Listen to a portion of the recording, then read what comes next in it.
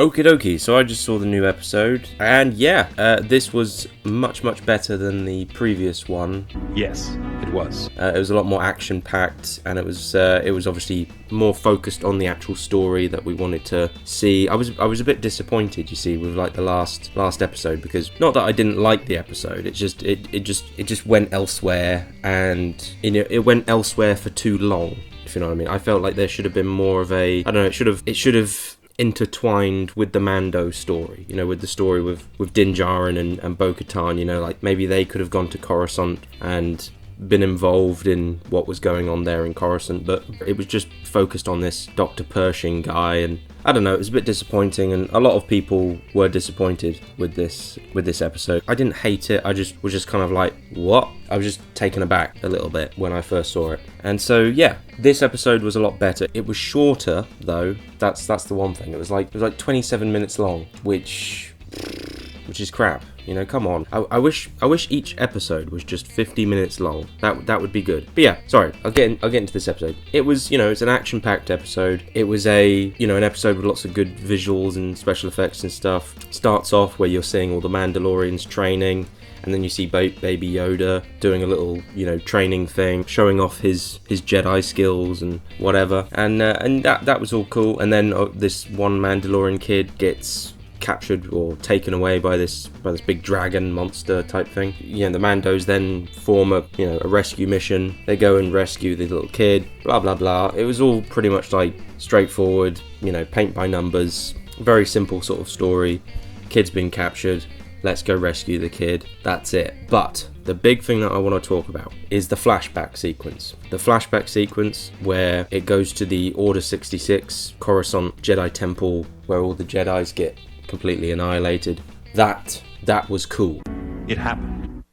And I was kind of worried that they were going to do something where like Anakin was going to be there, and then he was going to see Grogu, and then he was going to be like, oh, I can't kill you, and then he like hides him in a cupboard or something, just to sort of show that there's a glimmer of light in him. But they didn't do that, which is good. They did something a lot better, in my opinion. And in this episode, we get to meet this Jedi, who is played by none other than Ahmed Best, who is famous for playing Jar Jar Binks. And I thought that was really, really cool that we got to see this actor, who is obviously well known for Jar Jar Binks, getting a chance to play a badass Jedi character.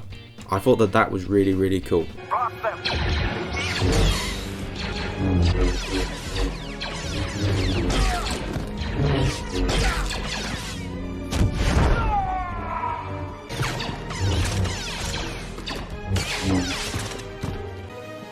And it was kind of nice for him, for the actor Ahmed Best, because I like Jar Jar Binks.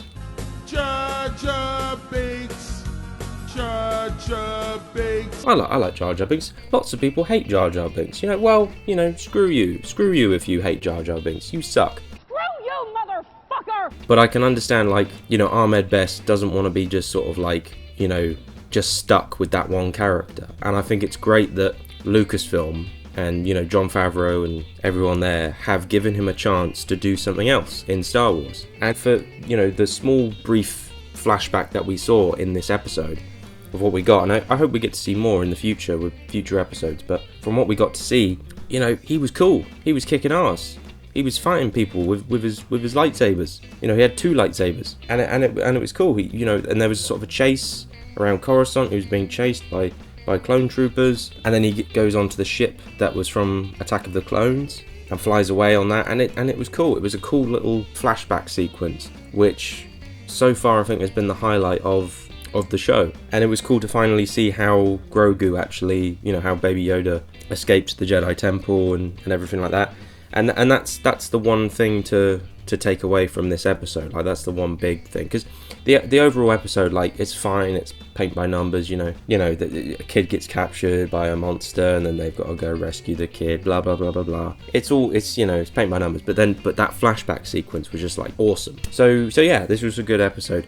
But there's something I want to just talk about, because while I've been watching Mandalorian every week, I have also been watching Picard season 3, and Obviously, we've only had 4 episodes of The Mandalorian, and we've had about 5 episodes of Picard so far. This is odd. This is odd for me saying this because I'm more of a Star Wars fan than I am a Star Trek fan. I'm a Star Trek fan, but I'm more of a Star Wars fan. And so it's a bit weird because I'm actually enjoying Star Trek Picard more than Star Wars, than The Mandalorian, which is very strange because the previous 2 seasons of Picard, season 1 and 2, were pretty crap. Like they were terrible. I mean, well, they were okay in parts. They had some good moments, but overall not that good. But this season so far has been fantastic. And I would say, like, every week I watch an episode and I really want to know what happens next, and I really, I feel like each episode is really well written and it's well told and everything, and it's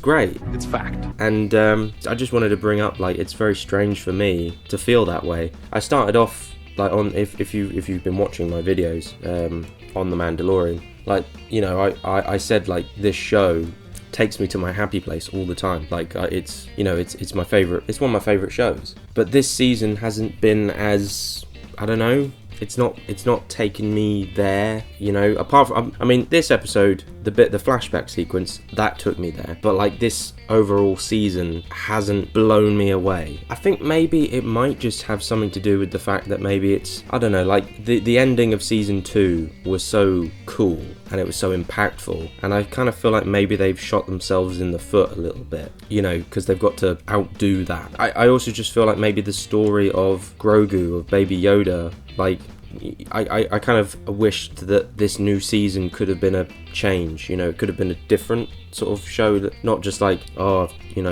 got to protect this kid, that sort of thing. And I feel like the Book of Boba Fett kind of ruined everything, really. It ruined the whole story, really, because I feel like this season could have been a season where Mando is sort of on his own, or has to find a new quest, or finds a new group of characters, or a new character that he bonds with and has to go on this journey with. And I don't know, I feel like maybe this is not as good. I mean, it's still early days. We've still got four more episodes to go. But I'll be honest with you, I'm like more excited about the next episode of Picard. It's strange. It's very strange. What kind of world are we living in? Everything just seems a bit weird nowadays. I don't know about you. Is it possible this story is true? Yes, it is. But anyway, that's it. I'm gonna stop now, and yeah, those are my feelings. And it, it wasn't a bad episode. It was better than last episode, sort of. It was more action packed. So yeah. Anyway, that's it. Goodbye.